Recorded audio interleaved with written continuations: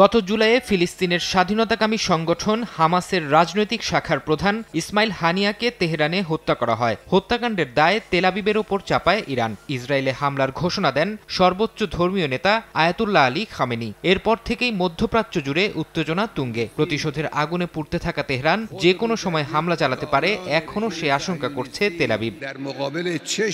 হানিয়া হত্যাকাণ্ড ইস্যুতে আবারও ইসরায়েলকে হুমকি দিল ইরান। রেভলিউশনারি গার্ডস বাহিনীর প্রধান হোসেন সালামি বলেন, ইসরায়েলকে তার কৃতকর্মের তিক্ত স্বাদ ভোগ করতে হবে। তেহরানে হানিয়া হত্যার প্রতিশোধমূলক পদক্ষেপ এবার ভিন্ন হবে বলেও জানান সালামি। ইরানি এই কমান্ডার আরও বলেন, তেহরানের সম্ভাব্য হামলার দুঃস্বপ্নে কাঁপছে ইসরায়েল।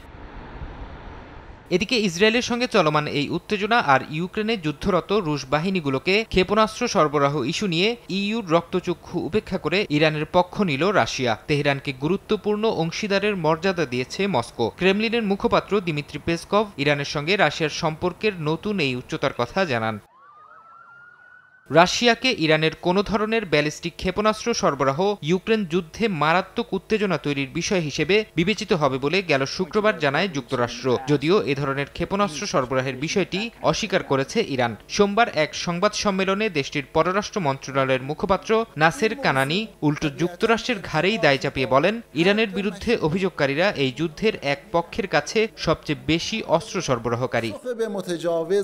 ফারহাদ চৌধুরী, সময় সংবাদ।